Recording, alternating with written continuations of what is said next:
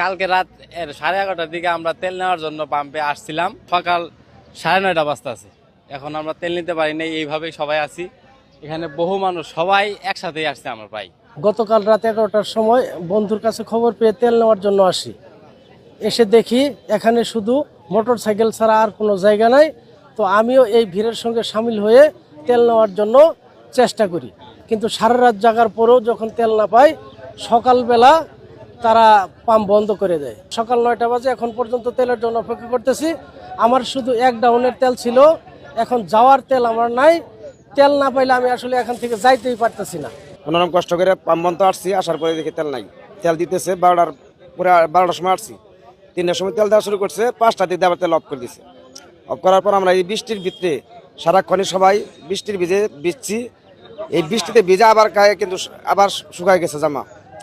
সবাই, আমি না শুধু, সবাই এখানে বৃষ্টিতে ভিজছে। অনেক লোক আরো চলে গেছে, এর চেয়ে আরো বেশি লোক ছিল। রাত্রে তেল নিতে আসছিলাম, রাত্রে প্রায় 11:30 বাজে।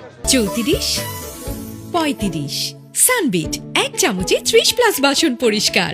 আয়সা দেখি অনেক মোটরসাইকেল, প্রায় 300 মোটরসাইকেল হবে। পরে ভাবলাম আমি তেল পাবো, যেহেতু গাড়ি আসবে শুনতেছি।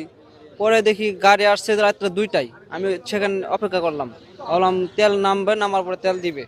কিন্তু আমি তো তারপর অপেক্ষা করেও তেল পালাম না। 3টার সময় দেওয়া শুরু করছে, আমি পিছনে পড়ে গেছি। পরে ভাবলাম তেল নিতে নিতে আমার সকাল হয়ে যাবে। পরে তারপরে অপেক্ষা করলাম, অপেক্ষা করার পরে গাড়ি রাখা একটু সাইডে বসলাম। কিন্তু সকালবেলা অনেক বৃষ্টির মধ্যে অনেক কষ্ট করেছি, এখনো তেল পাচ্ছি না। ফজর নামাজের সময় তেল দেওয়া বন্ধ করে দিছে। পাঠাও রাইটার শেরপুর জেলায় আমরা অন্তত 30 জন রাইটার আছি, আর আমাদের সম্পূর্ণ নির্ভর করে তেলের উপর। তেল না হলে আমার ফ্যামিলি আমি চালাতে পারবো না, এ করতে পারবো না। এখন আমি তেলের অনেক সংকটে আছি। আমরা ইউটিউবে মোবাইলে দেখি আমাদের জ্বালানি মন্ত্রী বলে তেলের অভাব নাই, অথচ আমরা কোনো পাম্পে তেল পাই না। তাহলে ওনাদের মুখে মুখে শুধু তেল আছে, বাস্তবতার সাথে কোনো মিল নেই। আমার তেল পাচ্ছি না।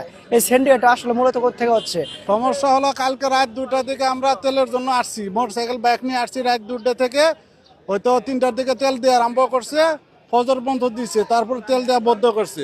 বন্ধ করার পরে অদ্যবধি পর্যন্ত আমরা এখানে আসি। পাম্প তেল দিবে কি দিবে না তারা কিচ্ছু বলতেছে না। জানলা দরজা সব কিছু বন্ধ করে তারা ভিতরে আছে। আমরা যা তেল দিবে কি দিবে না, এটা যদি ডিসপোজাল দেয় অন্তত ওকে আমরা না দিলে বাড়ি যেতে পারবো। আর যদি তেল না দেয় আমাদেরকে বলুক যে তেল দেবে না, তাহলে আমরা চলে যাবো। আমাদের ভোগান্তির শিকার হচ্ছি আমরা।